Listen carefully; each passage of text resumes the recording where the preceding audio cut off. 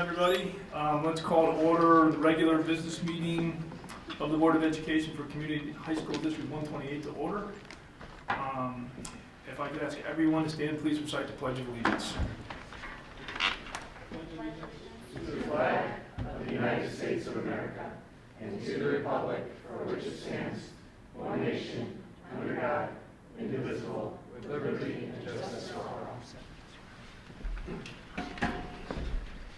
All right, good evening and welcome back, everybody. That was a very quick summer.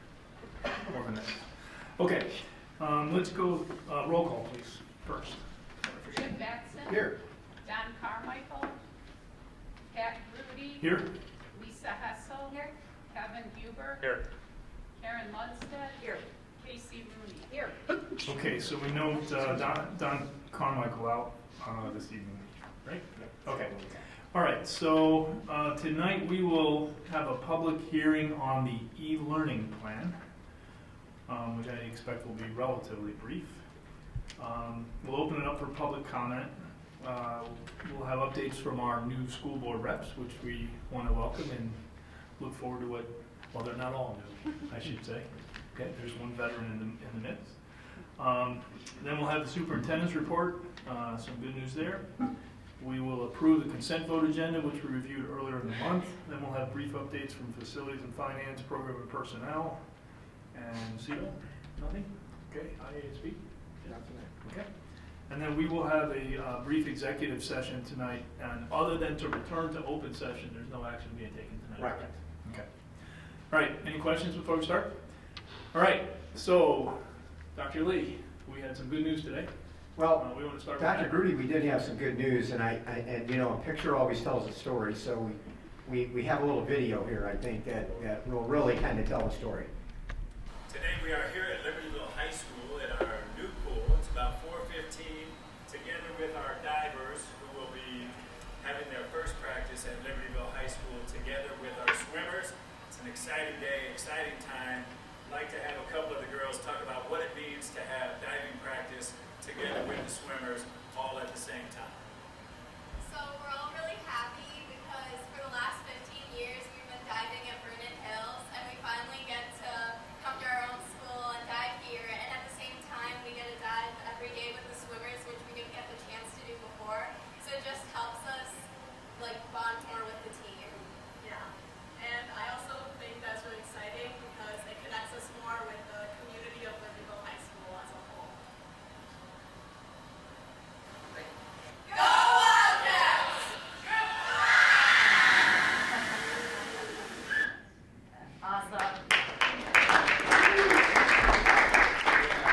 So the dive-in actually occurred at 4:30 this afternoon. The pool is open. Yes. There'll be some punch list stuff that needs to be done for the next, 6 to 8 weeks, just to finish up. But we have all of the approvals from IDPH and our occupancy permit from the Regional Office of Education. And yes, indeed, go Wildcats and go Cougars when they are using the pool as well. Awesome. So thanks to everyone for their assistance and support. We will have a grand opening, ribbon cutting, and open house at a date to be determined now that we're in the pool. So we'll be setting that up, and we want to invite certainly village officials, former board members as well, and other key people that worked with us on this, on the community. And thanks to the current board as well for your assistance and support. This is the first of 5 total legs in construction, so we have 4 more to go. None of them are as complex as a swimming pool. I can assure you I've learned more about pools from Mark and the team, but I do want us to stop and give Mark a big round of applause tonight because he has done an incredible job.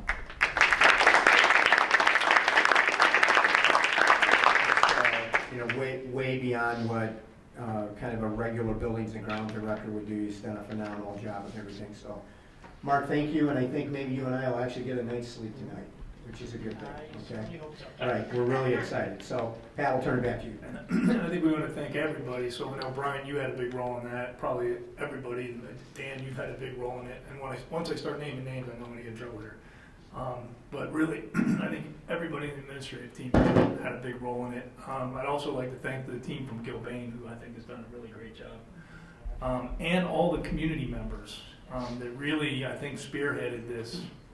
It's probably 5 years ago now, 4 or 5 years. Oh, 5 years, yeah. At least. And just all the hard work that the people in the community did really to bring this forward, to do the studies that really helped us to design the pool that is right for LHS. Okay, and I look forward to having everybody having a chance to see it. It's a remarkable facility, and I think just a great addition to the community. So thank you to everybody that played a role. All right, let's declare the hearing open on the e-learning plan. And I'll turn it over to you. Thank you. The state of Illinois has passed legislation that updates provisions allowing Illinois schools to use e-learning with students to replace emergency days.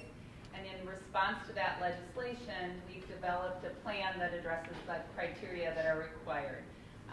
So in your packet, you saw the outline of the D128 e-learning plan, and I'd just like to review the major responses of our team to those legislative criteria, and then we'll open the floor for public comment on the plan. So the district offered last year, during a period when there was very limited legislation governing how we would implement an e-learning day, we offered an e-learning day because we had used more than the number of emergency days that are already built into our calendar. So we build a calendar that includes some emergency days that we don't have to make up at the end of the year. It is our intent with this e-learning day plan to use those emergency days first before we would call an e-learning day, as we've done in the past. But because we had the opportunity to pilot a day last year, we learned from surveys of the community and our staff that the components that we built into this plan adequately addressed the needs of students and families in terms of the ease of access to complete attendance on the day of the e-learning plan. We will send students an email that gives them the opportunity to verify their attendance on the e-learning day through a Google form that will also guarantee a 5-hour replication of learning on this e-learning day that is required by the new legislation. We will also provide via district email e-learning assignments from each teacher that align to the current course curriculum, that extend learning, that provide opportunities for practice, and that would take the students no more than 35 to 40 minutes per academic class period on that e-learning day. Obviously, they wouldn't receive something for lunch or study halls. So 5 hours of attendance would be verified in that way, and the process is relatively smooth because it uses existing ways that we communicate with students. Teachers will have the opportunity to communicate through Google Classroom if they're using Google Classroom, or through other methods that they will develop in advance of the e-learning day and communicate to students. On the e-learning day itself, they will email students with the exact assignment that is expected that day. So the criteria also include that students have equal access to the electronic communications and activities. That's one thing as a district that we've done since we implemented our digital learning strategy, that we do know whether families have internet access, and those that don't are offered the opportunity to use district-provided hotspots so that all of our students have access to electronic communication on e-learning days. So that's how we address that criteria. The legislation also requires training of staff, which we, again, because of our new calendar, have built-in mornings where staff is here earlier than students are. So we have some days that we can provide that training to all staff before we would use an e-learning day. The plan itself has been communicated to representatives of our union. That's another requirement of the legislation, is that we work with our unit to implement the plan. They've seen the framework of our plan, and we have agreed with them that once the plan is presented to you to pass a resolution approving the plan, and then it is sent to the Regional Office of Education and is approved by them, we will work with our staff to further develop the protocols, the training, and the communication of our e-learning plan, both to staff and to students and parents. I mentioned that we did the pilot last year, and we implemented a survey afterwards to our staff and to parents. And over 90% of respondents to both surveys indicated that they were satisfied with the way that the e-learning day was carried out. There were questions dealing with meaningful assignments and with communication. Those also, vast majority of respondents said went well, but we'll use the specific feedback from those surveys to develop the protocols once this e-learning plan is approved by you and by the Regional Office of Education. So we feel like through this plan, we've really addressed all the new criteria, and we've done it in a way that should be pretty seamless for our students and our staff because it is built on existing practices and protocols that we have in place. So that's an overview of the plan. I can answer your questions about the plan, and then we can open the hearing for public comments as well. All right, any questions? Can you remind us how many people responded to the survey after the initial e-learning day? Yeah, thank you. We had 400 community members respond, parents and community members, 400 responses, and 150 staff members responded to the survey. And of the staff members who responded, 97% said it met their needs, and 91% of the parents and community members who responded said it met their needs. So we put that together relatively quickly last year as a response to the added emergency days. And given the time that we had to create that and the successful implementation of it, we feel like anything that we do that is in response to this plan will be even better received than what we've done in the past, because we'll have a little more time to develop the protocols and the communication.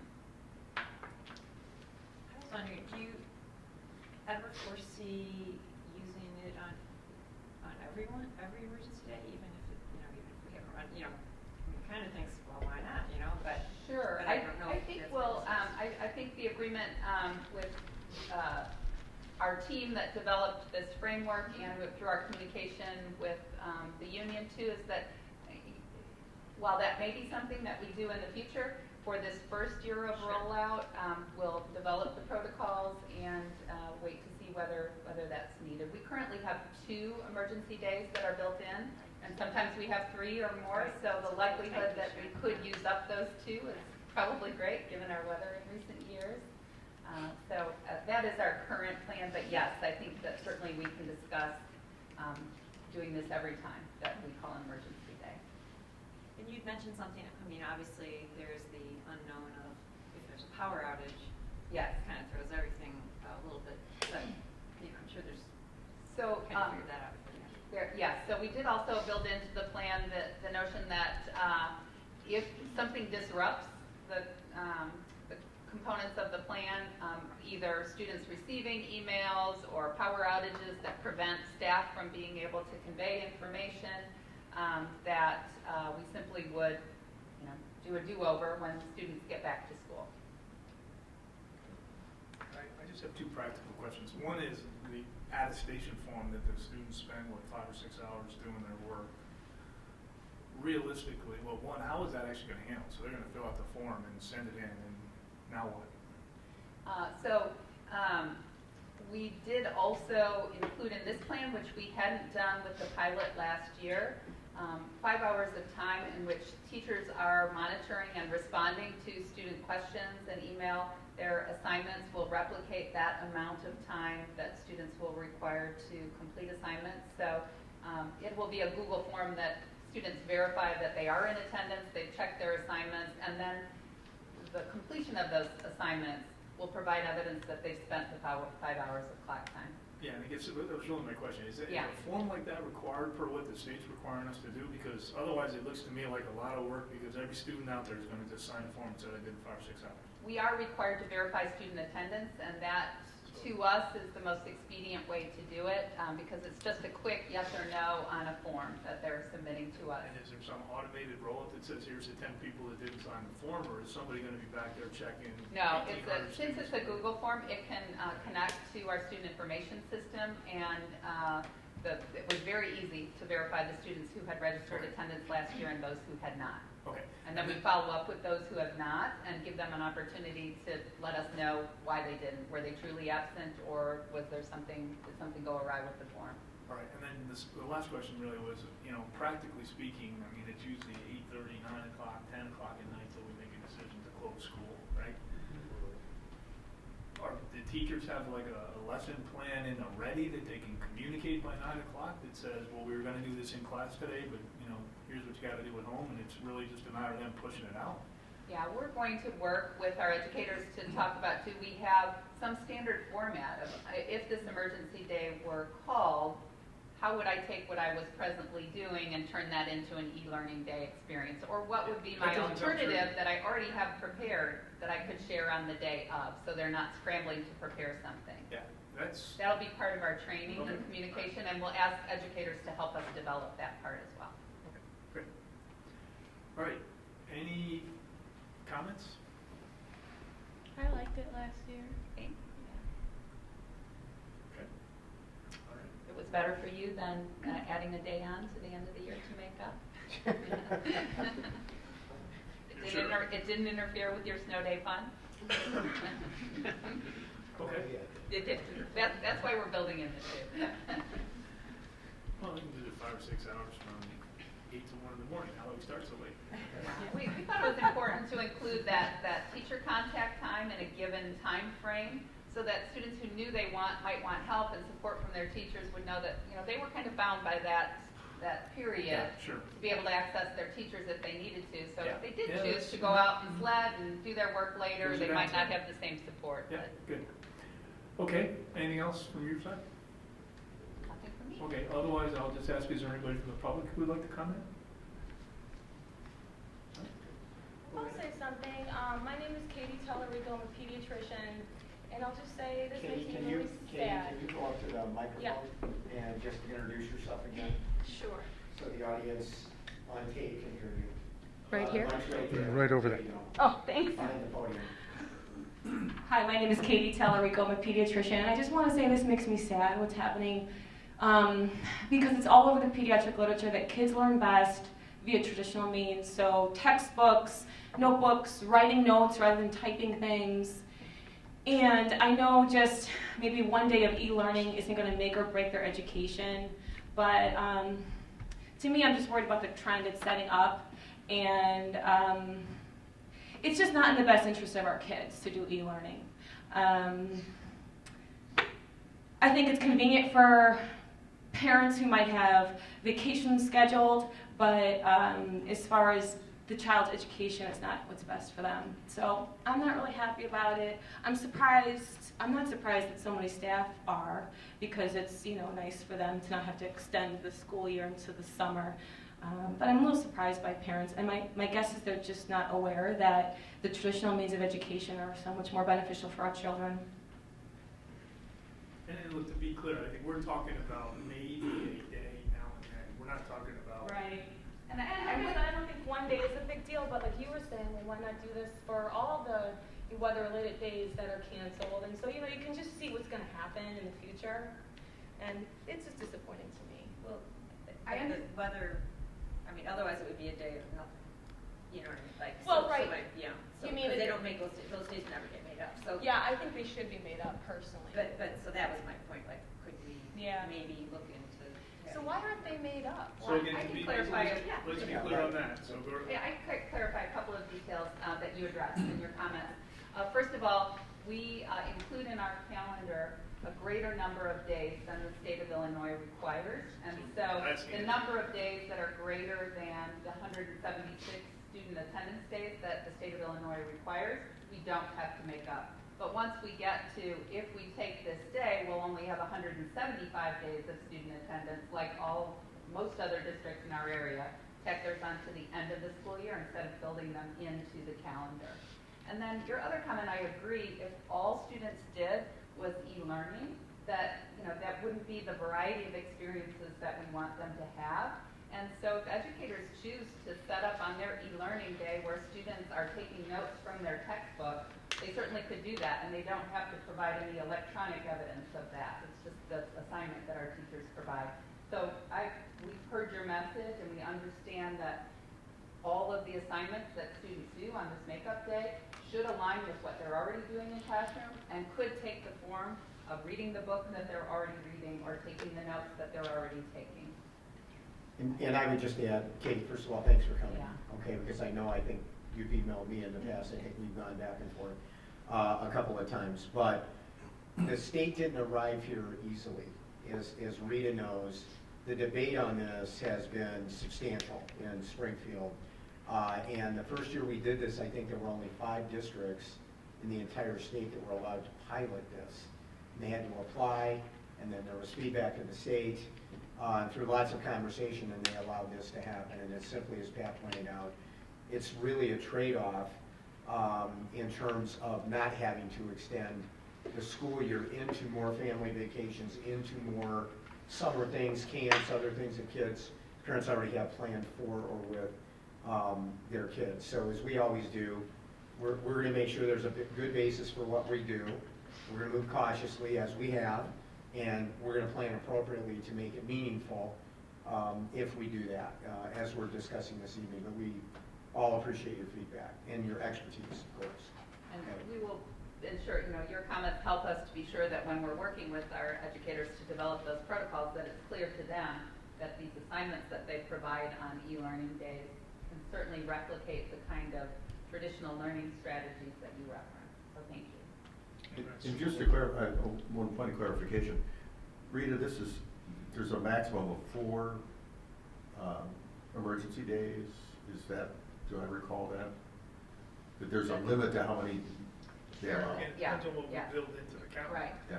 Yeah. So if we already build 2 into the calendar, the most that we would be expected to use if we had, terrific weather in the winter, it would be 2. Yeah. Let's be clear, hold on a second. Well, If there's 2 emergency days in the calendar, that means up to 2 days Right. are still covered right. So Right. relative yeah. to the state minimum. Yeah. Okay, So- it's only after, let's say we close school 3 times, Right. one of those would become a new learning day. Right. Right, and then we also have, I have the option as a superintendent to look at a grading day at the end of the year, which is not a great alternative either, because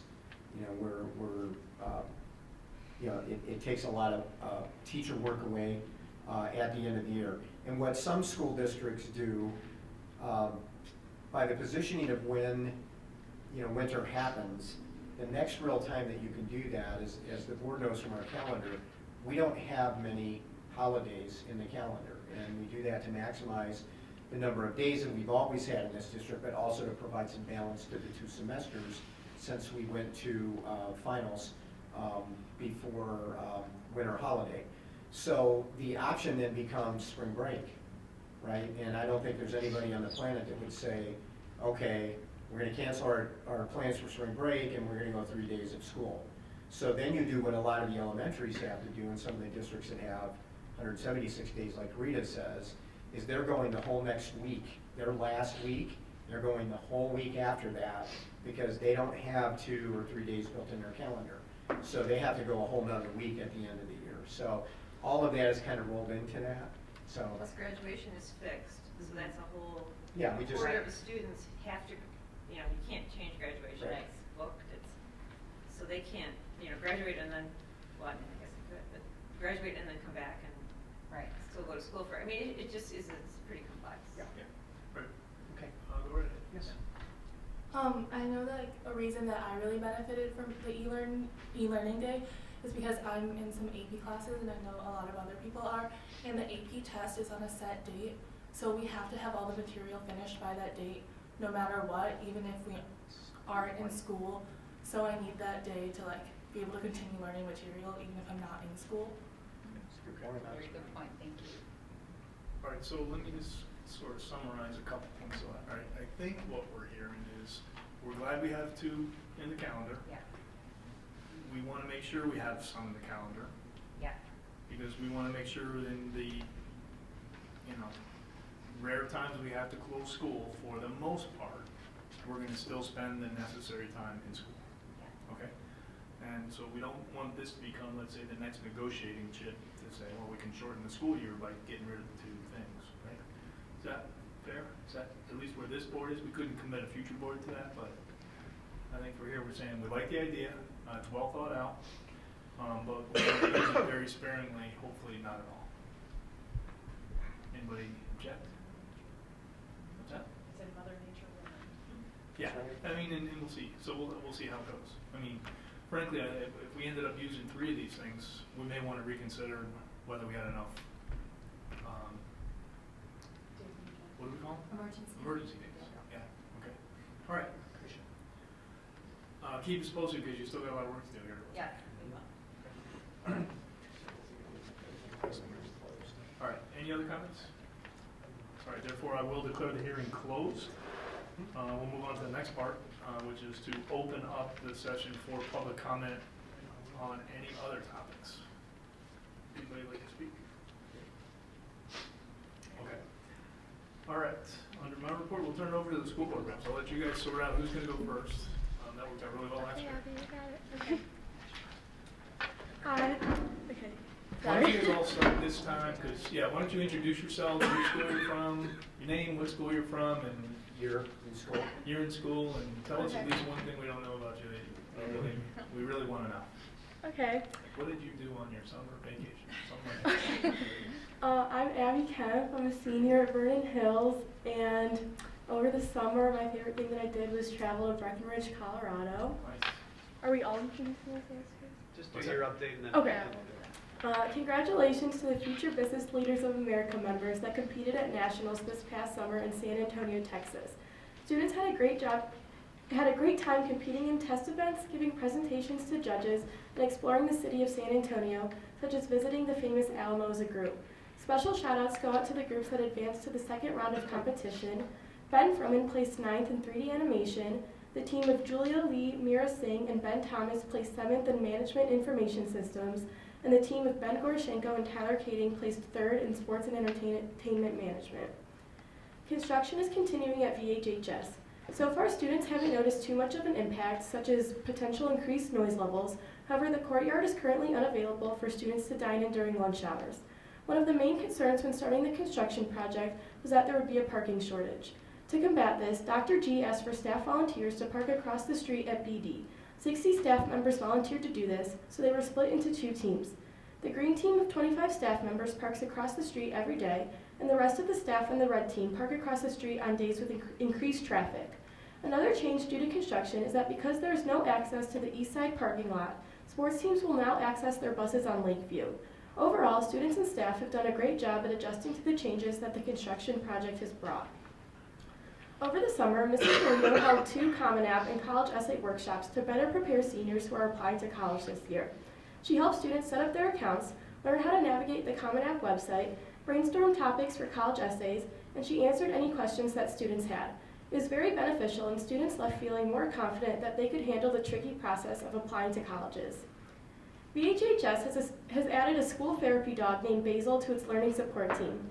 Basil will be at the school on Tuesdays, Wednesdays, and Fridays. Students at VHHS have loved when therapy dogs have visited our school in the past, since they can help decrease stress and anxiety levels. And so everyone is very excited that we will have a dog at our school on a more frequent basis now. Our kickoff dance was a huge success this past Saturday. Students had a great time dancing and hanging out with friends, with the main event being the senior lip sync competition. All 4 groups that competed did a wonderful job, but a special shout out goes to this year's winning group, Zero Gravity. This year, VHHS has offered a new opportunity to students called the Illinois Global Scholar Distinction. Students can attain this distinction by taking 8 globally focused courses from at least 2 distinctions, engage at least one globally focused service learning experience, and experience at least 1 global collaboration and dialogue opportunity, and complete and pass the Illinois Global Scholar Performance-Based Capstone Assessment, which requires students to choose, investigate, and take action on a global concern. Senior Addison Server says that she is excited to learn global collaborative skills that will better prepare her to thrive in a connected world. VHHS has hired 17 new staff members for this school year, including a new counselor, Mr. Avila, and a new CRC secretary, Ms. Fuentes. Additionally, 2 of the new hires, Mr. Donato and Mr. Benton, are VHHS graduates, so it is great to have them back at the school now as teachers. Many teachers have chosen to bring back cell phone holders, commonly referred to as cell hotels, to their classrooms. This is done as a way to prevent students from being distracted while learning. Some teachers have the students put their phones in right away when the bell rings every day, while others choose to use it as more of a punishment if a student is caught using their phone at an inappropriate time. Overall, the cell hotels seem to lead to students being more focused while in class. My name is Ella Blaker, and I'm a senior at Vernon Hills, and this summer I went to Europe with my family. This year, the Peer Tutoring Center and the Academic Resource Center is back with improvements and new features created by the Exec Board in conjunction with Dr. Young. And this year, we have a new app created by Exec Board member Drashika Asher with assistance and background app work done by computer science teacher Mr. Lucan. We also have new modern furniture in the ARC conducive for a modern learning space that includes tutoring sessions, group work, or individual study. There will also be professional development sessions for tutors that include leadership training, content-specific workshops, and sessions for self-reflection to identify strengths and weaknesses when tutoring. During teacher development a few weeks ago, a few members of the Exec Board of Peer Tutoring got the chance to speak and present information about the ARC. This was very well received by the staff, so good job to all the students who presented. We'd also like to thank Ms. Schwartz and Ms. Duros for coordinating tutoring sessions and always being able to answer questions in the ARC. The school play, The Old Man and the Moon, was one of the plays performed at Vernon Hills last year, and the cast recently auditioned for Theater Fest. They will find out if they made it the week before Thanksgiving, so best of luck to the cast. Auditions for the fall musical have concluded, and seniors Mackenzie Ferlette and Sarah Gluck have been cast as the leads of the upcoming school musical Mamma Mia on October 25th, 26th, and November 1st and 2nd. There are 35 people in this incredible cast who are excited to perform Mamma Mia for the community, and students can't wait to see their friends in this popular musical. For the first year at Vernon Hills, it is optional to take AP Physics 1 instead of a combination of AP Physics 1 and 2 in one school year. Students are thankful for the opportunity to dive into AP Physics 1 and really understand it without stressing about 2 separate AP exams at the end of the school year. Some students would have opted not to take AP Physics at all this year if AP Physics 1 was not its own class, so this is a very beneficial option for many students who still want AP Science credit. Also, in VHHS Art, the memory project portfolios were delivered to Peruvian children. The portraits that VHHS students painted and drew for Peruvian children living in extreme urban poverty were delivered. And as shown in the personalized video for our school, the children were very excited to receive their portrait artwork, and they were touched by our students' efforts. They fully understand that creating the portraits was a way to show how much others care about their well-being and futures. Hi, my name is Hala Abdurazit, and this summer I went to Egypt to visit my family and friends, so that was fun. Okay, this summer the Vernon Hills Spanish department took a trip to Costa Rica. A requirement to have completed Spanish 2 or above was in place for this trip, since a big component of the trip was to help out in elementary school. The students played with and helped the kids. They had also brought donations such as school supplies from Vernon Hills. Students enjoyed this 10-day trip as they got to experience multiple places with staying at a total of 5 hotels. The group went ziplining, rafting, and on multiple nature walks. Vernon Hills also took 3 other trips this summer, including FBLA going to San Antonio, Texas for nationals, and 2 educational trips, one to Italy and the other to Ireland. Vernon Hills High School has enacted a new policy that allows students to wear hats in school now. Students have always discussed the hat policy and questioned its purpose. Last year, the Scratching Post, our school magazine, even published an article discussing this topic. As the 2019-2020 school year started, a number of students have been seen wearing hats during school. Although the school policy now allows hats, it does state that teachers have the right to set guidelines regarding their own classrooms. Some teachers have requested that students do not wear hats during class as a way to avoid distractions, while other teachers seem to be fine with the new policy. This year, Vernon Hills High School is offering a new course under the name LIFE. Lifelong Integration of Food and Exercise is a class that combines consumer and gym. One class of LIFE is offered each semester since the class can hold a larger group of students. On Mondays, students meet as a large group to go over the week's lesson and goals. Then, in 2 small groups, they alternate between 2 days of gym and 2 days of foods. The gym portion of this class is led by Mr. Pagani, while the foods is shared between Ms. Nardini and Ms. Weiskalver. Goals of this class include learning and developing a healthy lifestyle. This is achieved by learning to cook healthy foods and experiencing different workouts each week. We would like to congratulate the Vernon Hills High School Symphony Orchestra on being selected to represent the state at the Illinois Music Education Conference. The conference is January 29th through 31st at the Civic Center. The IMEC is sponsored by the Illinois Music Educators Association and exists to advocate for universal access to comprehensive music education, deliver exemplary professional development for educators, and provide outstanding musical experiences for all Illinois learners facilitated by licensed music educators. Thank you. Okay. I'm Kat Corliss, and I'm a senior at Libertyville High School. Something that I really enjoyed this summer is I was able to go with my church on a mission trip to Corpus Christi for some hurricane relief. So to start us off, we're happy to report that freshman orientation went really well.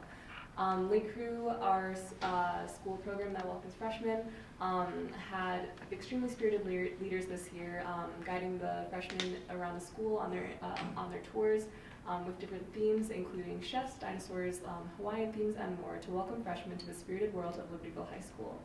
We're also pleased that we had new student tours led by student ambassadors to help transfer students get a better understanding of the school before they start the school year. In regards with parking, the carpool system that started last year has continued this year, and by and large, everybody loves it. Participating seniors came onto campus over the summer to paint their spots with people that are in their carpool. The designs are a fun and creative way for students to personalize their parking spots, and we're excited to see how it's helped many other seniors ensure on-campus parking, save for just a few who didn't get selected in the lottery. We're thrilled to welcome the new staff members that are joining LHS this school year. We're lucky to have such a talented team of teachers at our school, and everybody looks forward to getting to know these teachers better. We're seeing some of them already getting involved more deeply in the school. For example, Mr. Bush is going to be a debate coach this year, and the team is really happy to have him. This coming Tuesday, we have open house, and NHS and Lake Crew will be sponsoring this event and helping to guide parents around the school if they get lost, walking through their students' schedules. So parents will be able to go through a typical day at LHS, just very consolidated, and they'll be able to walk their children's schedules and meet their teachers and get a better understanding of what their students' day looks like. Hi, I'm Jessica Lee. I'm also a senior at Libertyville High School, and this summer I went hiking with my family in Vermont. So in regards to yearbook quotes, there's a lot of turmoil surrounding the elimination of senior yearbook quotes, and this is due to an incident involving a hateful yearbook quote in a nearby school. So the LHS yearbook staff has worked in conjunction with Dr. K to decide not to include senior yearbook quotes this year. And while many people had a negative immediate reaction to this news, most people recognize that this step was taken as a precaution to make sure that people don't feel hurt, disrespected, or unsafe in any way at our school.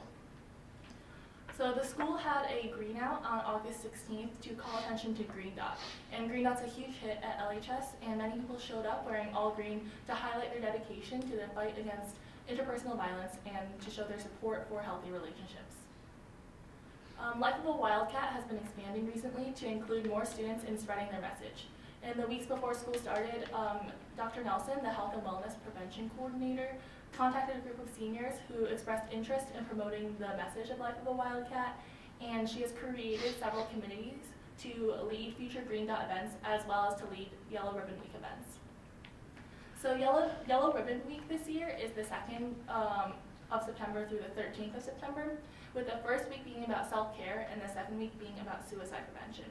So there will be visits from therapy dogs as well as Black Cat Yoga and a lot of other events. And there will also be spirit days to further awareness about mental health. My name is Maya Gavrilovich, and I'm a senior at Libertyville High School. Over the summer, I went to Serbia to visit all my family and friends. So a record number of 6 students have made the all-state show of Aida this year. Aida is an Egyptian love story with music from Elton John. The students are Rachel Erdman and Albert Sterner as leads, Jason Sakili also in the ensemble, Sarah Donofrio as keyboard 2, and Noah Kublenk as first violin. Lastly, Maya Gavrilovich as student assistant director. The fall musical of All Shook Up this year has started up, and everyone is extremely excited for the show's magic to come together. Jazz Ensemble will be playing at the state at Illinois Music Education conference at Peoria Civic Center on January 29th through the 31st. Wind Ensemble has also been invited to perform at the 2020 North Central College Band National Association, also known as the National Band Masters Association Conference at DePaul University. This will be held on February 1st, and LHS is one of 2 high schools to perform at this conference. For athletics, all LHS sports have started up and are having amazing practices. The football team has had their first scrimmage on Friday as well, and all of those who have attended had a blast. At the end of the school day today, Mr. Woods announced that the new pool is open and the girls' swim is beyond excited to start swimming in their new pool. We want to give a huge congratulations to Ethan Burkhart for placing first at state for track last spring, continuing his long-running winning streak. This past Friday, we had our state march of the year with the marching band following Ethan throughout the school. It was great to see everyone celebrating a fellow Wildcat success. Now, for last, we have Dr. Kalentis to share one more piece of good news. It's definitely good news.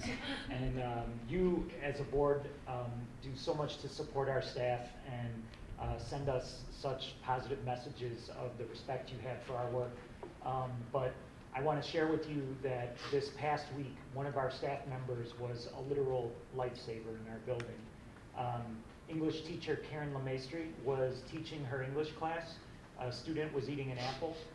The student began choking on the apple. He stood and made the sign that he couldn't breathe. He began turning pale.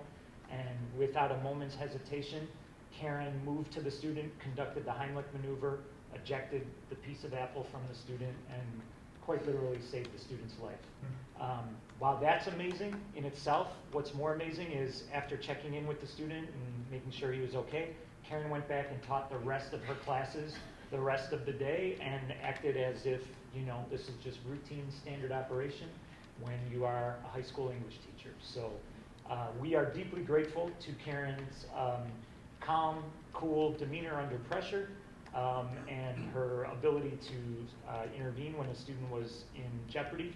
I know this is something, you know, that as a board, our staff takes very seriously. Not only do we educate our students, but we're always trying to protect them when they're in our presence. And I just wanted you to be aware of this tremendous effort that was made last week. Great, great news. Yeah. All right, anything else? Fantastic job. Look forward to meeting you guys. Do a great job of helping us understand what's really going on in buildings from your perspective. The rest of this stuff is kind of routine and boring, to be honest with you. So we really appreciate what you're doing. I can just tell by the length and the detail in your reports that it takes a lot of time. And I know you're really, really busy, so really appreciate your commitment and dedication to making that happen. So please keep up the great work and bring us all the good stuff. Well, just bring us all the stuff, okay?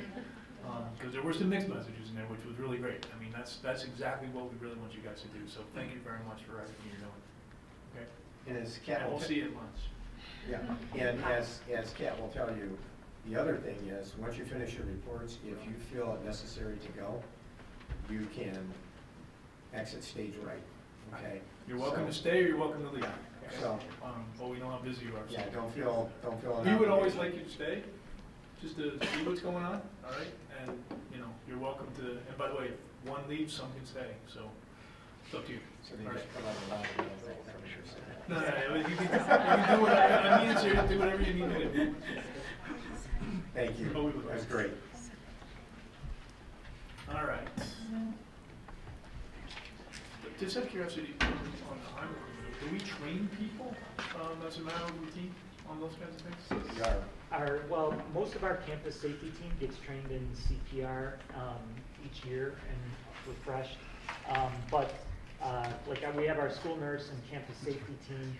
And then one of the things that we're doing this year as a result with our late starts is our school nurse is doing some basic trainings for things like if a student has a seizure.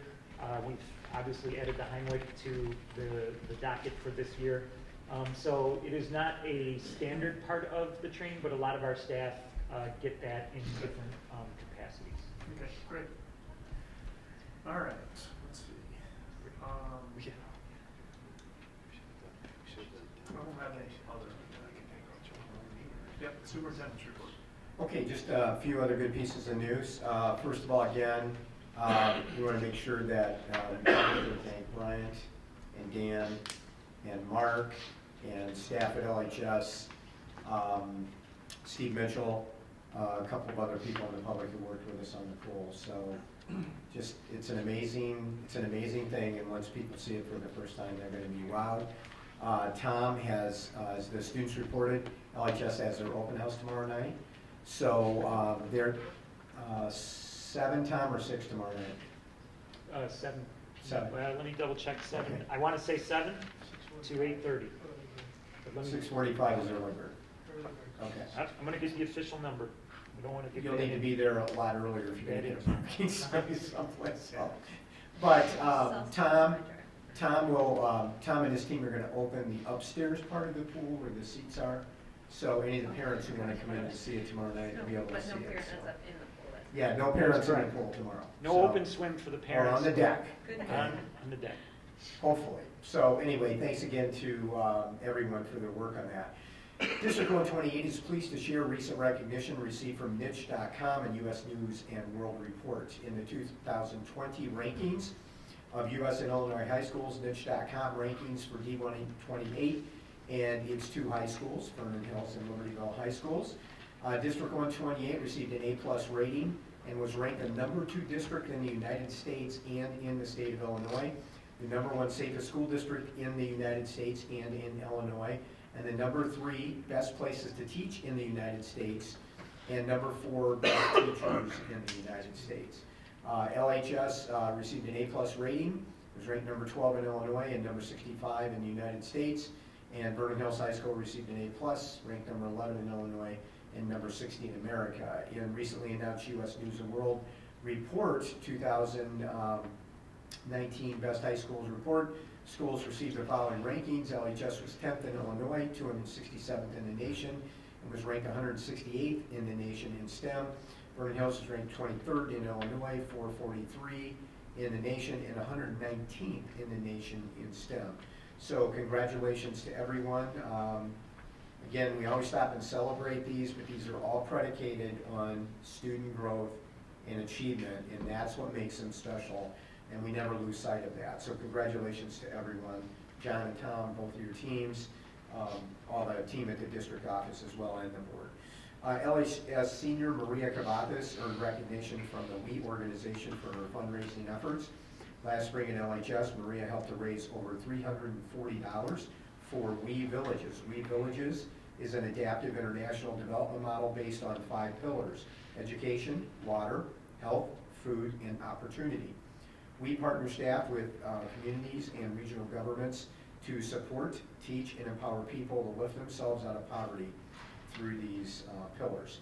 And the last, and the good news for me tonight, is we want to recognize board member and board vice president Jim Batson, who has recently been recognized and will be awarded Illinois Association of School Boards Master School Board member status again. And Jim, I know you've been doing this for a long time, and you work at that very hard on behalf of you as well as the board as a whole. So on behalf of the administration and the board, we just want to congratulate you for earning that distinction again.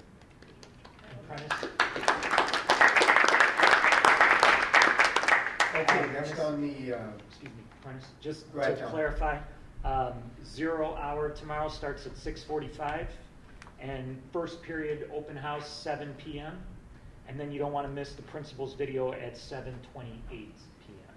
The principal's welcome video. So, but open house officially would start at 7 p.m. So there's nothing I need to know about the video before you do it, right? No, just kidding, Tom. No. Just kidding. Okay. It says the pool is open. We've updated Is it it. going to be live and have Zoom for pool? Yeah, we did a last minute update today, so it's got the pool is open. Okay. I guess we better be there, Pat, because, you know, we might have a little mop-up to do. It'll be great, Tom. Your stuff is always good. You and John. Okay. It's going to be a big deal, it sounds like. It sounds like it's going to be a big Never deal, know. right? Now you can't disappoint us now. Well, now we have the build up on, Yeah. on, you know, at the board meeting, right? That's right. So, Get into Sundance next yeah, year. for sure. Okay, next on the superintendent's report is approval of the FY20 budget, just as an overview. The board has spent almost 5 hours in discussing the 2020 budget, 3.5 hours in a standalone session in August, just on the budget, and a little over an hour at the budget hearing a couple of weeks ago.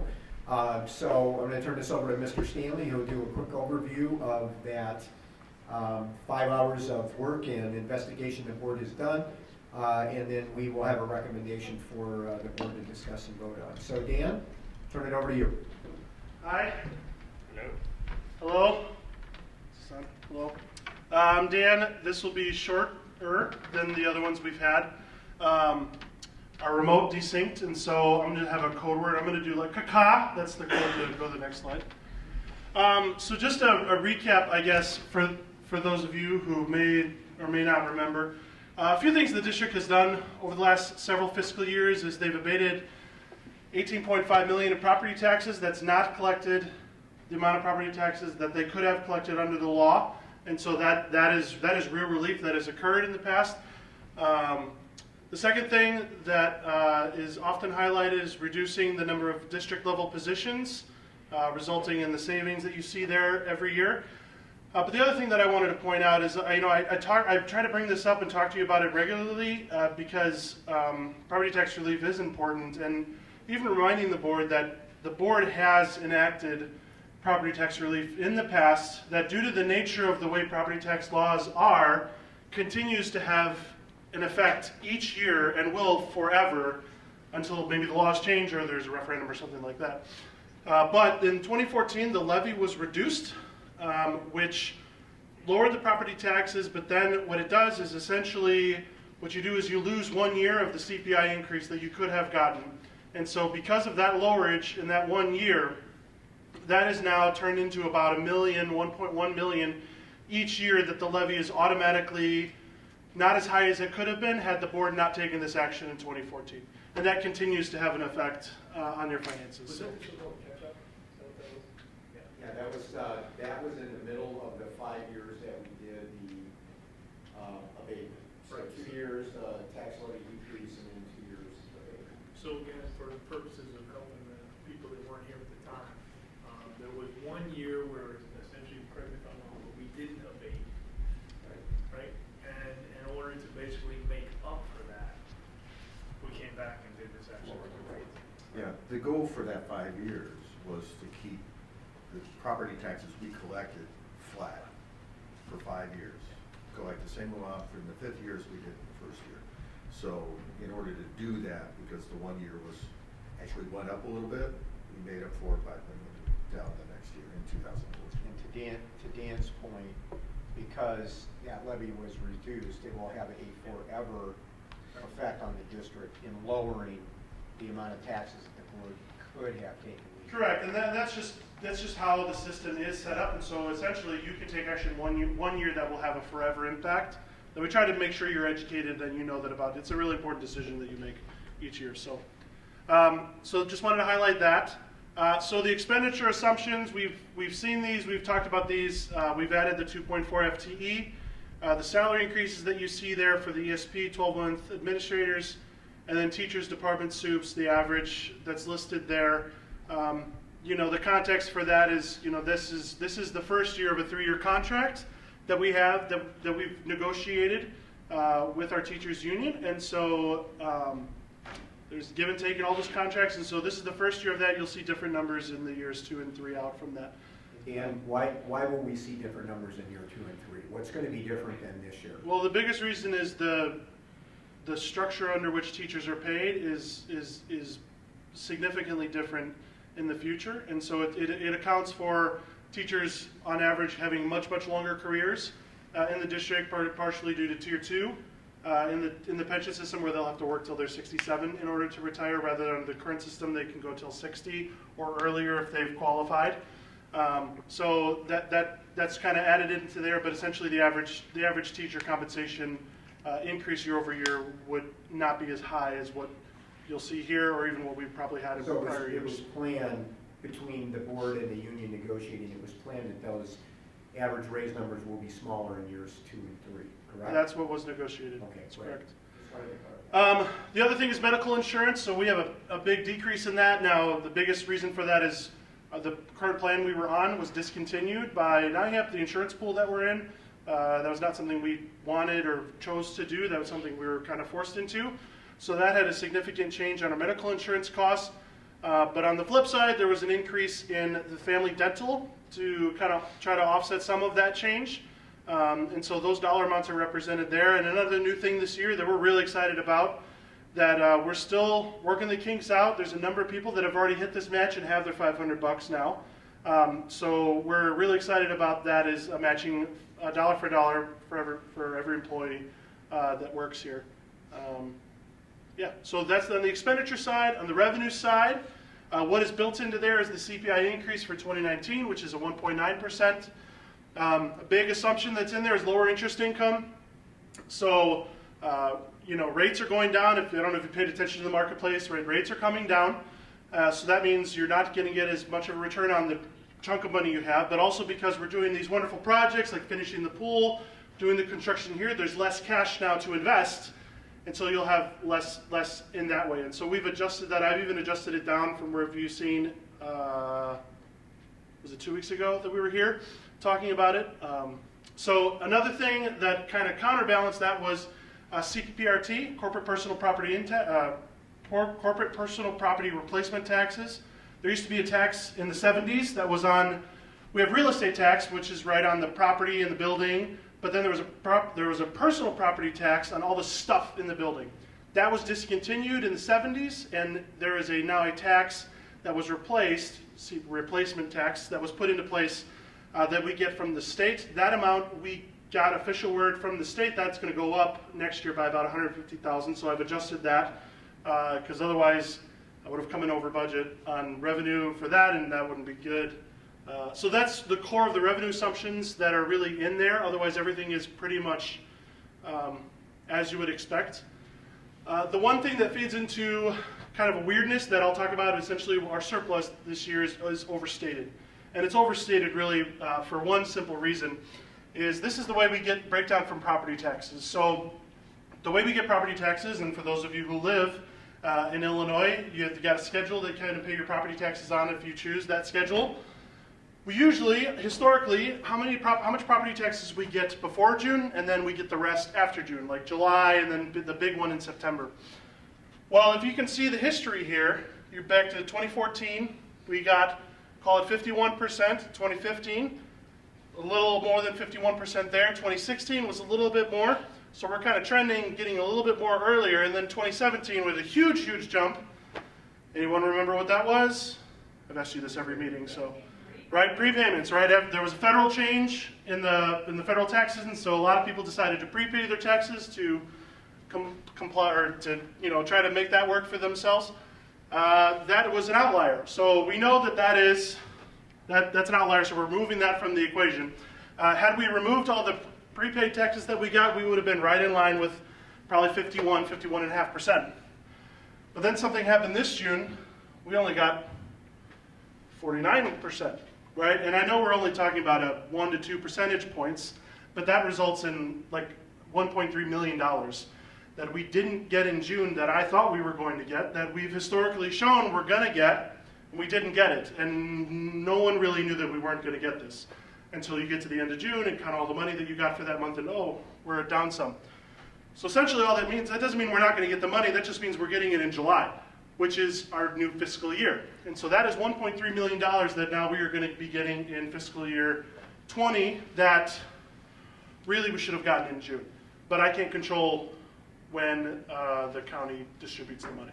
So that is a huge impact on what our surplus is for this year. So if you look at all our total budget for the entire district, all funds, all departments, all buildings, everything, revenue at 90 million, call it 91 million. Expenditures at just under 115 million. Now that is a huge deficit, right? $24 million deficit, but wait, that's because we're doing all these wonderful projects and we're paying cash for them. So that's going to be reflective of that. So you need to really remove all those projects out of the equation and go to what I call operating, our operating expenditures, our operating funds, to get a true idea of what the district is costing on an annual basis. So this year, our revenue's at 91 million, expenditures 86.6 million, with a surplus of 4.3 million, which is higher than we would have anticipated. But the biggest reason is because it's overstated by 1.3 million because of the timing of the property taxes. So in a nutshell, this represents the 3.3 is roughly the increase in the expenditures over the previous year, which takes into account the raises, the building costs, and all the different departments and everything that's going on. So what's next? Budget adoption. We have that recommended for approval tonight. And then after that is tax levy discussions to really begin in September. And more October is really when it would hit in force to really talk about that that process. So with that, that's the information we have for our fiscal year 20 budget. Any questions? Thank you. Any questions? So, and just one question. So where will this be posted on the website, or will it be posted on the website? Where will what be posted? This presentation. If I'm a resident and I want to know what's going on in the budget, is this a good summary? We've had the budget posted with on our website. All 92 pages of it. Well, that one is only 30 pages. But this is a really good summary, right?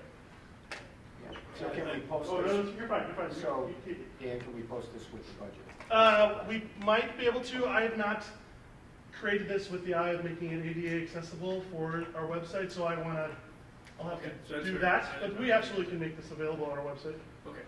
And if we can make it available on the website where anybody that doesn't know what they're doing can find it, because I know sometimes when you dig these things, you usually got to go find Board of Education, and then you got to find something else, and usually like 3 or 4 clicks later you find it. So yeah, I mean, there's just I think at the end of the day, there's just a lot of stuff that we post on our website that we have to, and so it's hard to kind of organize it. All right, let's think about it, because we still get feedback that people don't know, and your first slide there summarizes a lot of good things. The other slides, I think, give a very high level, good summary of the budget and all the discussions we've had on this. The only thing I would change on this presentation is to spell out CPPRT. So people know what that is. I did spell it. You spelled out CPPRT. Oh, define it, you mean? Yeah. I'm glad you know what CPPRT, but I have to listen to you every time you say it, because I don't know. If we had a quiz show and they said, what does CPPRT mean? I don't think I know. Can we put a link on like the homepage? Well, let's just think about it. I think we got, that's something. How do you get on the landing page? And first thing is flashes budget. We'll figure that out. Well, and the reason for highlighting particularly CPPRT here is because that has changed since the meeting we had 2 weeks ago. Yeah, no, but I'm talking about the whole presentation. It's a good presentation for the average resident to see, read, and it's well done. Okay, and I think we should share. Okay, we'll figure it out. We'll share it in a way that anybody that doesn't usually go to the website can figure it out, because it can be true. All right, so well done. I would like to compliment you on all your hard work for our budget discussions. It was 5 hours. It seemed like 50. But I honestly believe that every year we're getting better and better at this, and at least in the however many years I've been here, which is a few, this was the clearest year for me. Okay, I felt very comfortable knowing where we're at. I felt like things were very transparent. I think you're still digging into a lot of good things. Like I told you, I've heard from at least one staff member how much what you're doing to clean up the accounts and do all that is helping them do their business. So there's a lot of good things going on there, and I think you deserve a lot of credit for that. So I just want to say thanks for all your hard effort there. It makes a difference, big difference. Yeah, Gives us the opportunity to ask a lot of questions maybe you don't want to ask, but that's the way it should be. Okay. Well, 2 comments again. I mean, the years that I've been fortunate to work with the board, we've spent every year at least 5 hours on the budget. And the board has certainly in the past and certainly this year has done its due diligence again. If you attend those meetings, they're very detailed and they're very back and forth and they're very challenging.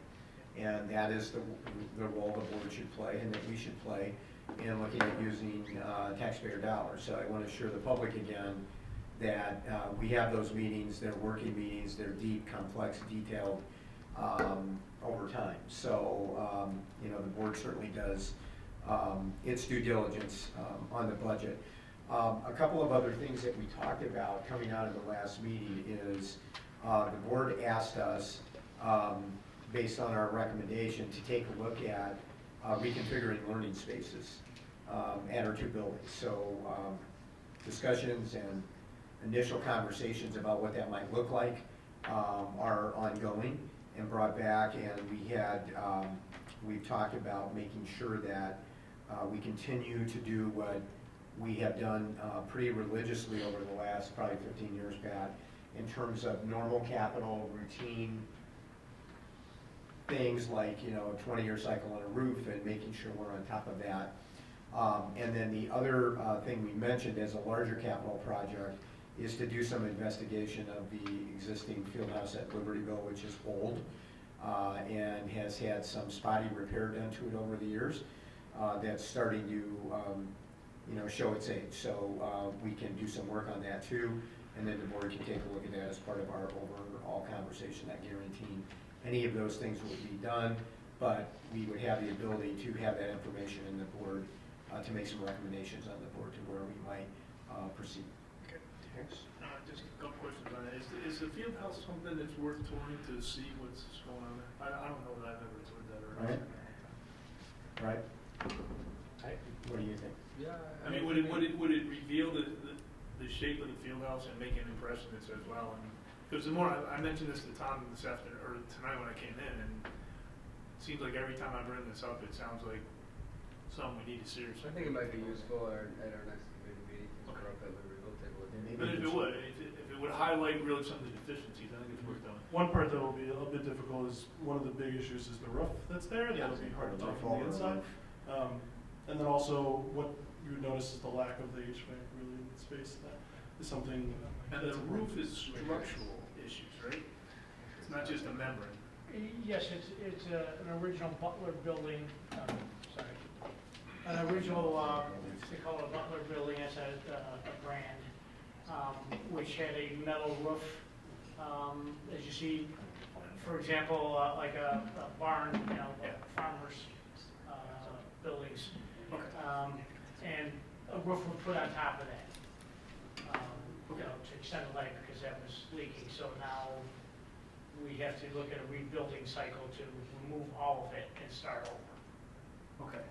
And then, I know when we've talked about this before, from a timing perspective, it's not something where we're going to start ripping that roof off and doing all that kind of stuff during the school year. All right. I guess what I would challenge us to do though is there's a lot of, design work and all that kind of good stuff that I guess that's what I would actually challenge us to figure out. If this is something we need to do, is there anything we can do to accelerate that? Well, and we don't have to answer it. I'm not looking for an answer today, but I'm. No. I mean, we're aware. We're certainly aware of that. And I mean, we've been kind of intentional on trying to time out some of these things. Yeah, there's so much going on. We're finishing up the pool, getting these other projects going, and really our timeline has been, once the school year starts, to really sit down and start looking at that, particularly at LHS.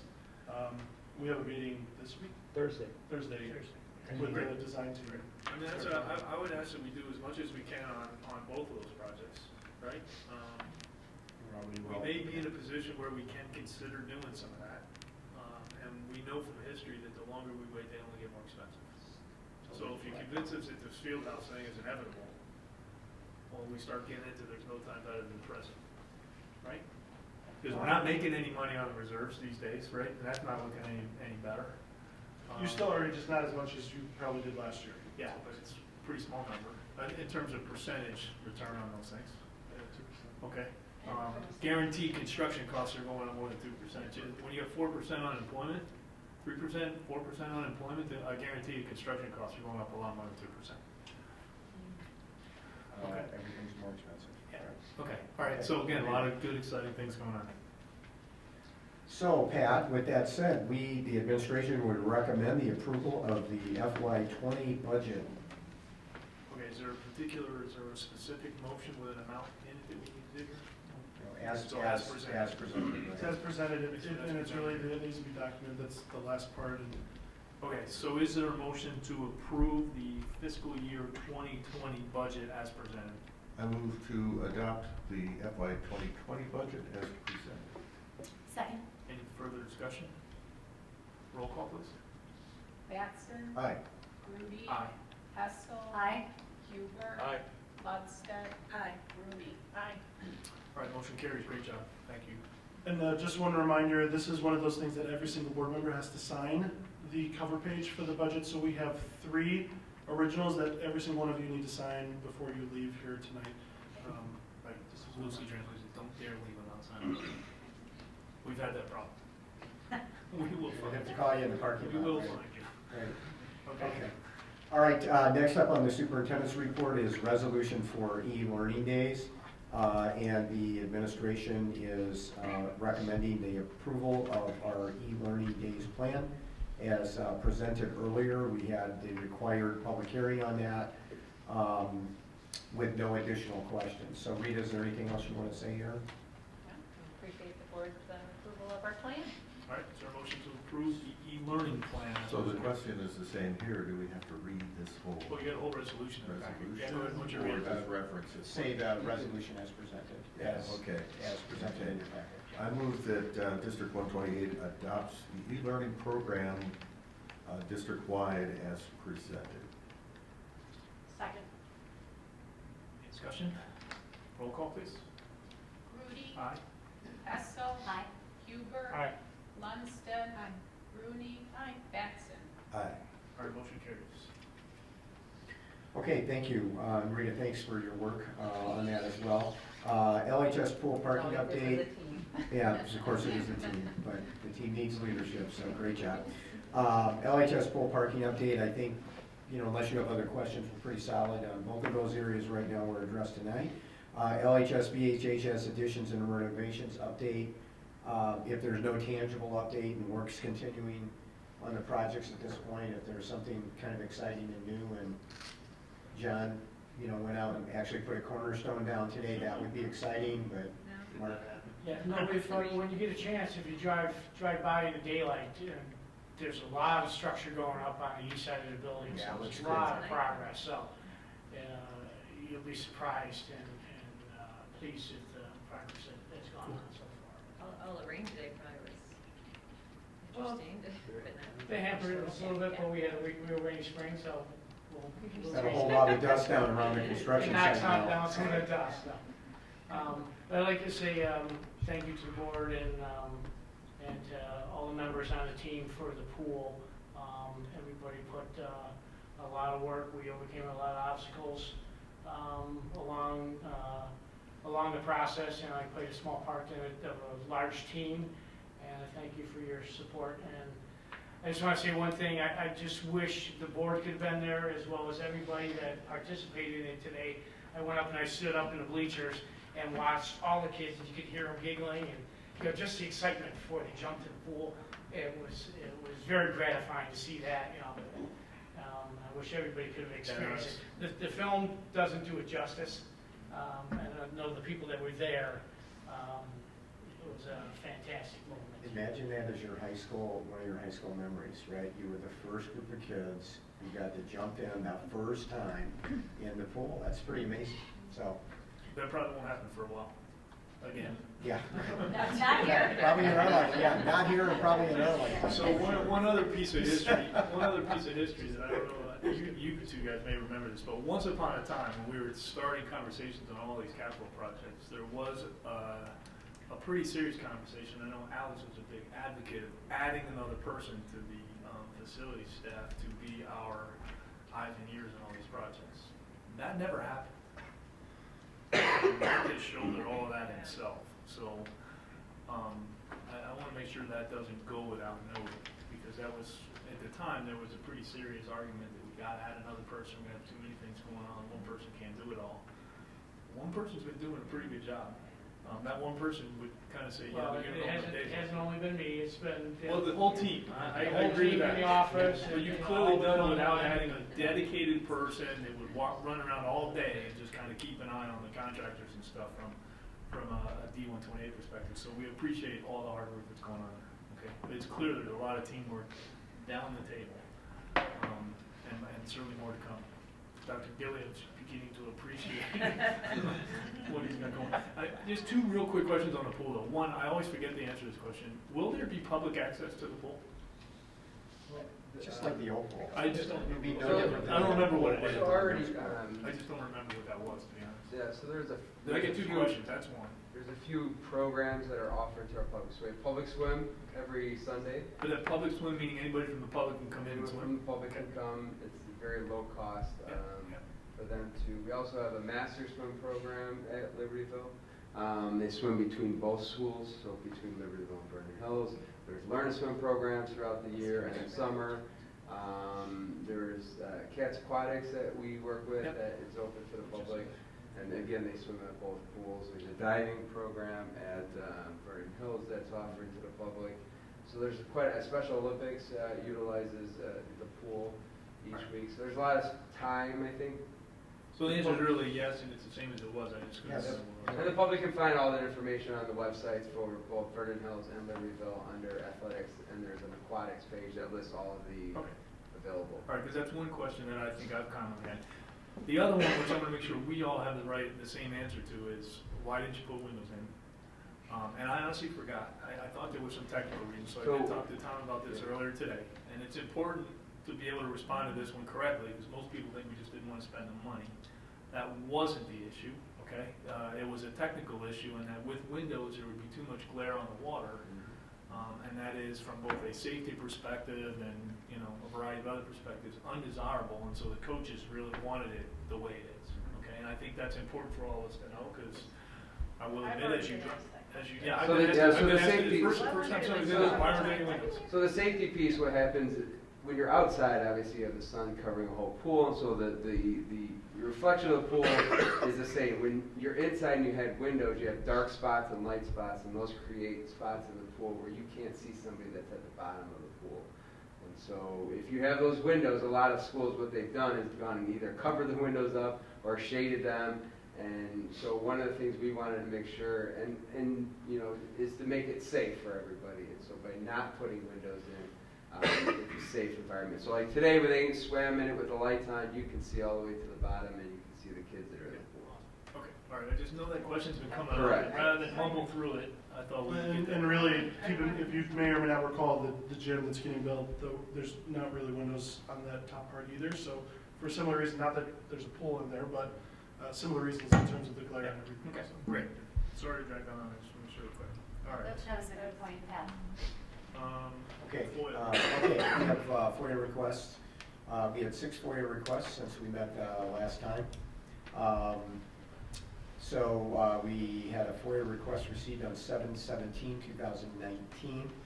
The response deadline was 7/24/2019. The requester was James St. Paul, business representative and organizer for Chicago Regional Council of Carpenters, local 1185 floor covering in Lyle, and requested a list of all contractors awarded bids for construction being done at Libertyville and Vernon Hills High Schools under the construction management of Gilbane. This project is commonly known as a capital work plan.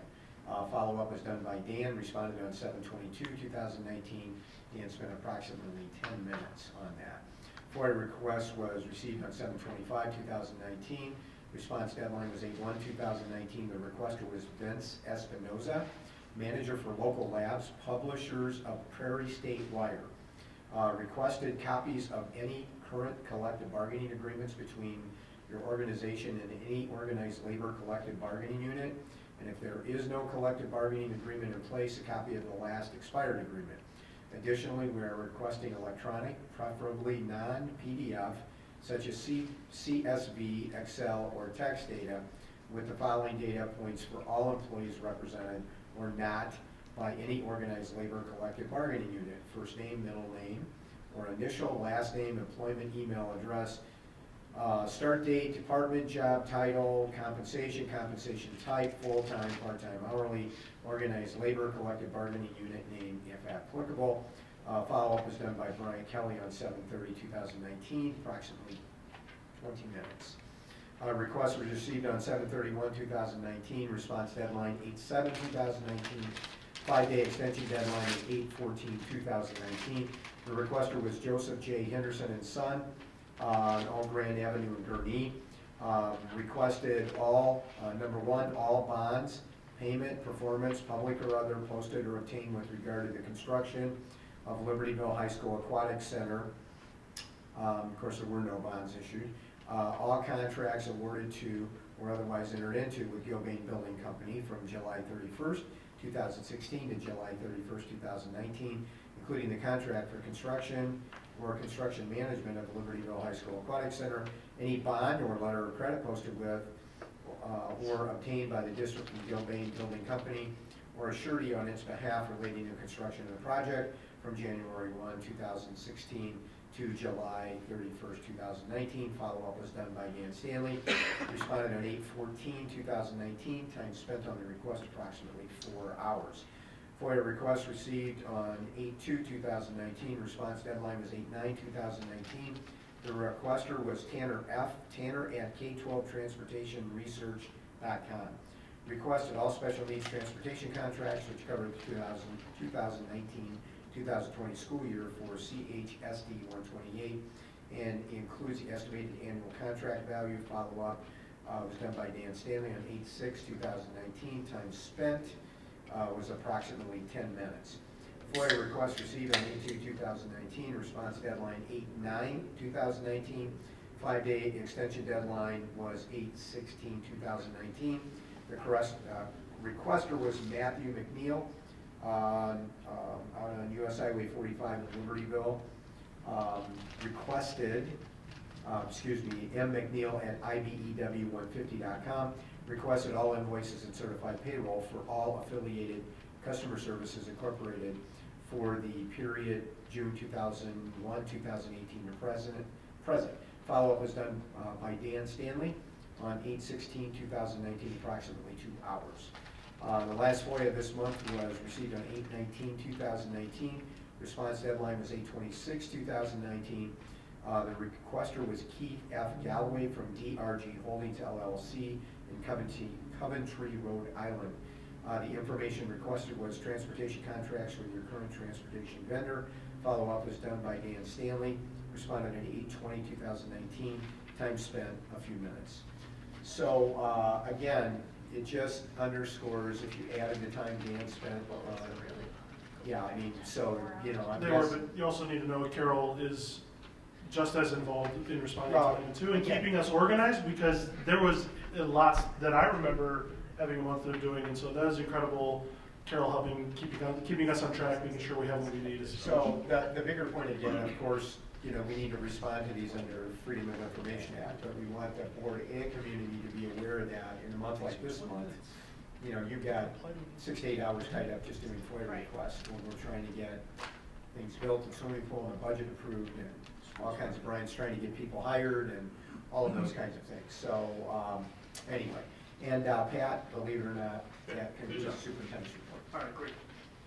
Lots of good news going on. Okay, next, the consent vote agenda. We reviewed it 2 weeks ago in committee. If I could just ask for a motion to approve the consent vote agenda as listed.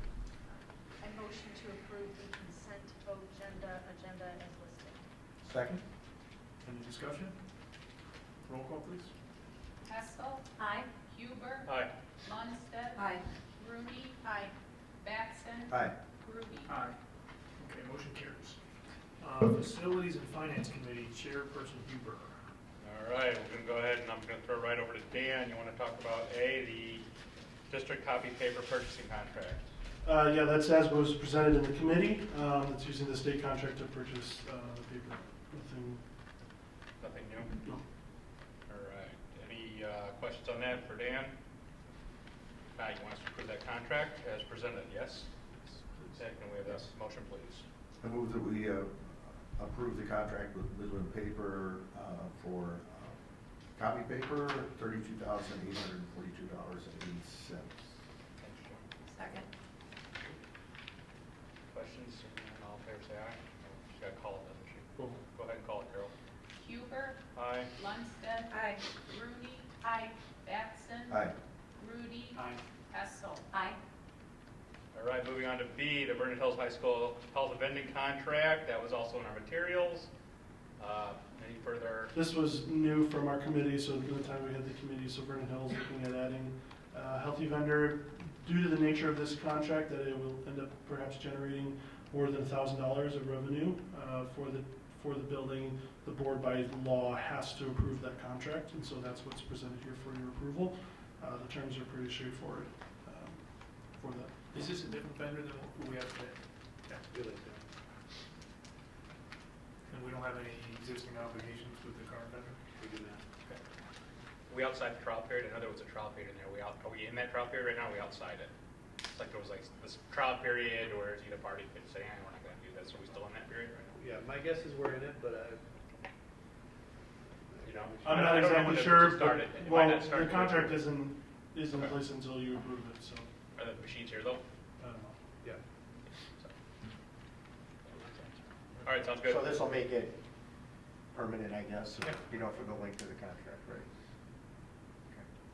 All right, can we have a motion to approve the health vending contract as presented?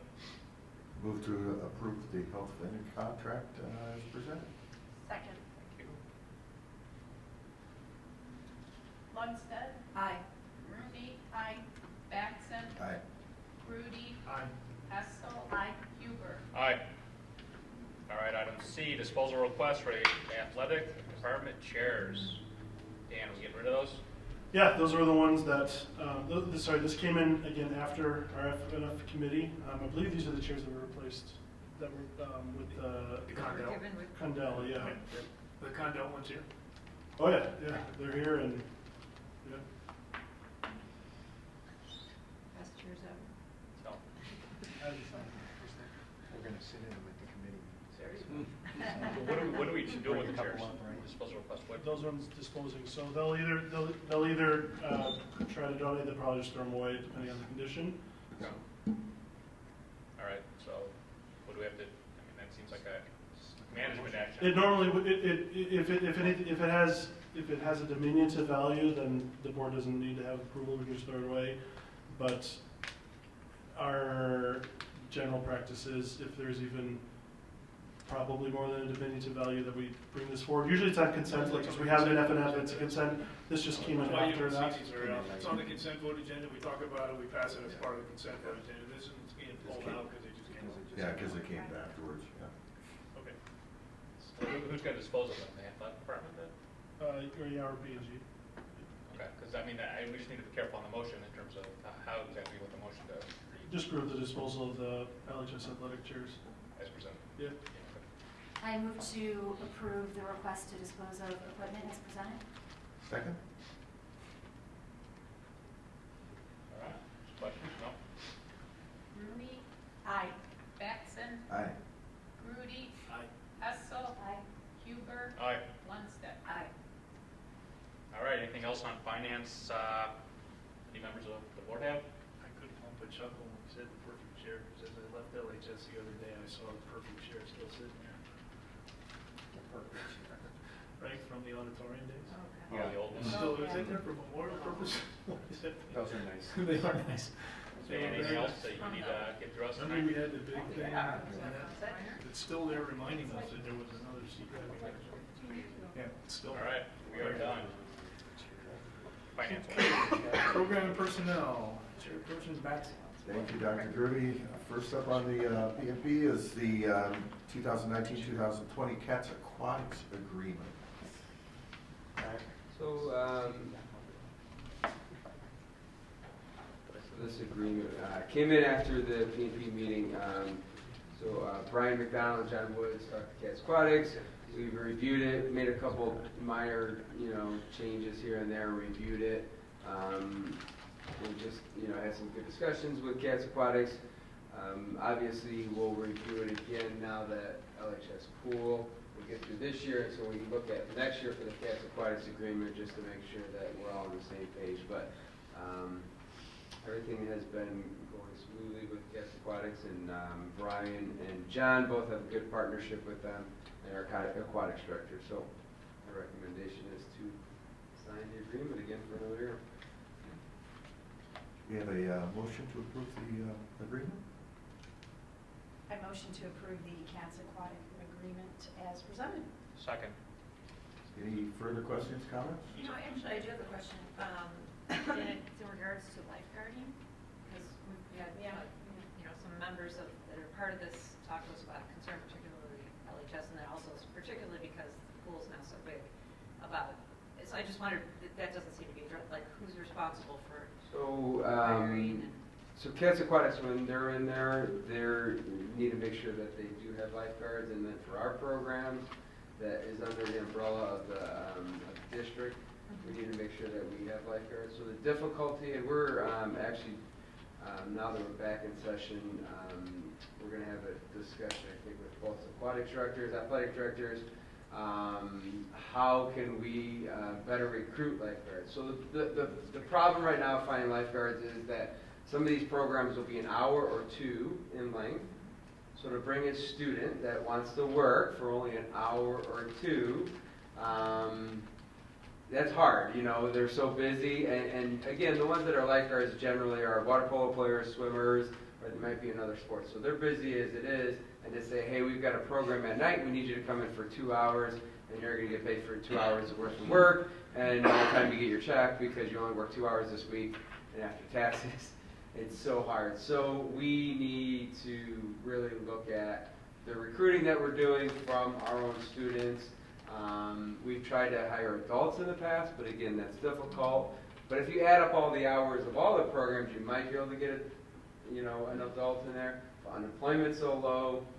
So yes, it's a struggle. So we're actually going to sit down, hopefully in the next week or two, with aquatic directors and athletic directors, and maybe involve our lifeguard teachers at both buildings, how we can better recruit lifeguards that cover all of our programs. Masters and the Sunday. So it includes all of our programs that we have to have lifeguards at. So Special Olympics, Masters swimming, and Cats Aquatics, and so you start adding them up. There's So, and then like during the PE classes during the day, we do have teachers in there, but we also have an aide that is lifeguard certified. And then if there's times during the day that maybe the aide isn't available in the pool, we could have one of the students during their PE class also act as a lifeguard. And so yes, it's a challenge. I Yes. never thought about it. Yes. You brought it up. And is there a, if they don't have the adequate lifeguards, they have to not. So you're not supposed to have the program going if there's not a lifeguard. But the only question I had is, it was interesting, I haven't seen that agreement in a while. The annual cost for the pool is about the same as a one-day meet. Correct. If I read it correctly. So my reads, that seems like a pretty good deal for the Cats. Let me just go over background again. If you'll remember all this, because we went through all of this, and Karen may well too. Cats Aquatics for about 25 years was actually the district's program. Okay, we hired other people. We did a separation. We had a rough patch with an executive head swim coach in that program that we were not happy with, and we ended up letting that person go. And Steve Mitchell, who some of you have met with the pool work, Steve and I, when I was in Brian's role, actually put our relationship back together, and we just said we made a joint decision at that point that Cats would still be an associated group with the school district that would get preferred status so it can continue to operate, right? Because that's what we founded it for in the first place. But they would have they would have their own board, they would hire their coach, et cetera. And if that coach was great, that was good. If the coach wasn't great, that was an issue they had to deal with moving forward. So the terms that we have are essentially mirror what we put together 15 years ago. And financially, for them to survive, to be able to have a program and serve swimming and diving in our two communities at the level that we do, we have to keep the rates flat where they're at. So that's how that has evolved. How many kids are in the program, roughly? Just round numbers? I just got the roster a little bit ago. It's a couple hundred though, total. So it's not really a big money thing for them? No. So what I'm saying, you take $2,000 and you divide by 200 kids, it's $10 a kid to have a pool for the whole season. So I'm not suggesting we change it. I would just say it should be on the radar screen. It's something we want to understand, because at some point we might be in a position where we're looking to save money somewhere, and maybe this is one where we're subsidizing something that maybe we either shouldn't or don't have to. Yeah, let me just kind of, I think, because I can talk not specifically about this one, but really about the district, because I'm part of the JCATS basketball program. So what they do for the basketball is it's very similar. They charge it $500, very small, because so we can operate and not charge the kids. You know, they were paying, I don't know how much aquatics pay, but our kids pay $560.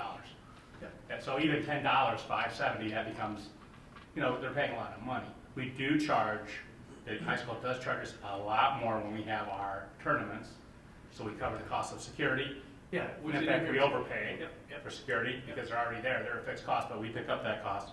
So I think at the end of the day, if you look at all the programs, if we started treating aquatics harder, again, I don't know, but I can just speak from experience. I think that the high school is so generous with the community the programs. I think that it's just really. And again, to be clear on the funds back. Oh, yeah.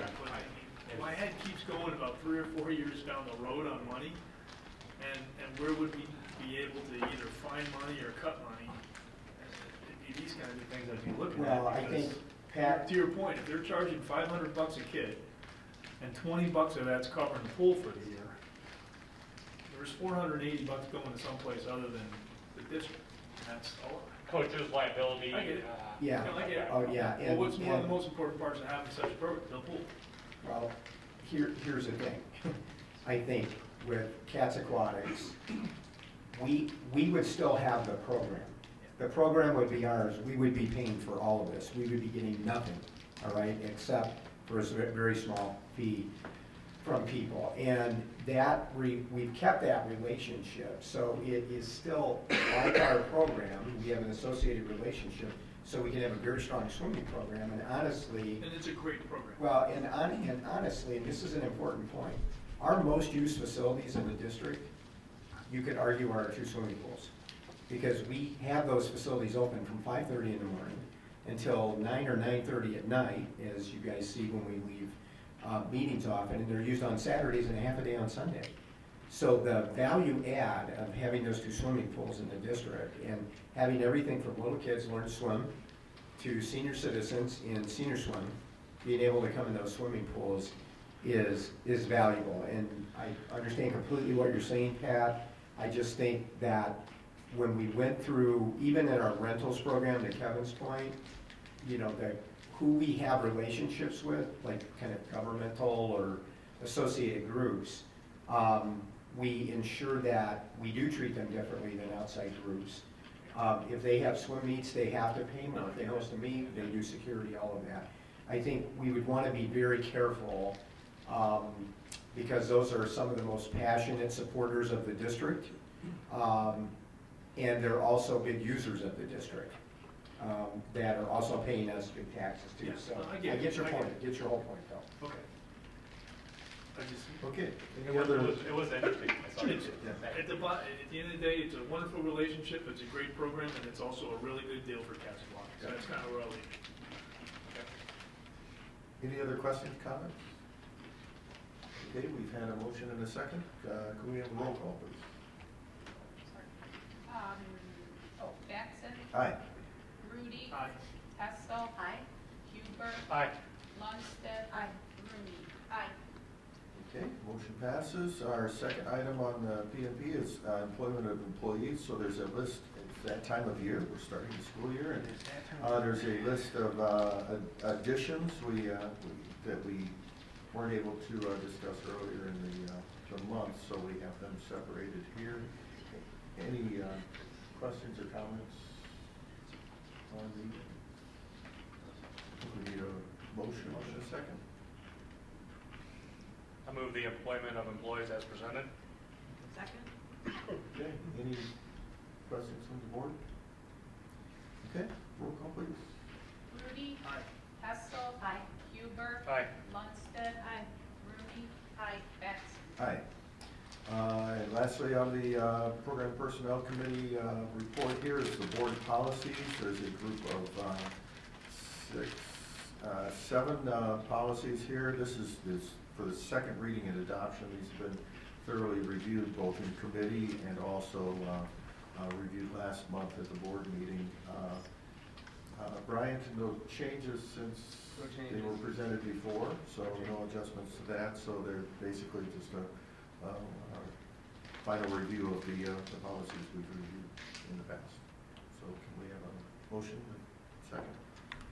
Move to approve the board policies, their adoption, that are listed in our packet that we've reviewed in committee and on another occasion at the first reading. Now this is the second. Second.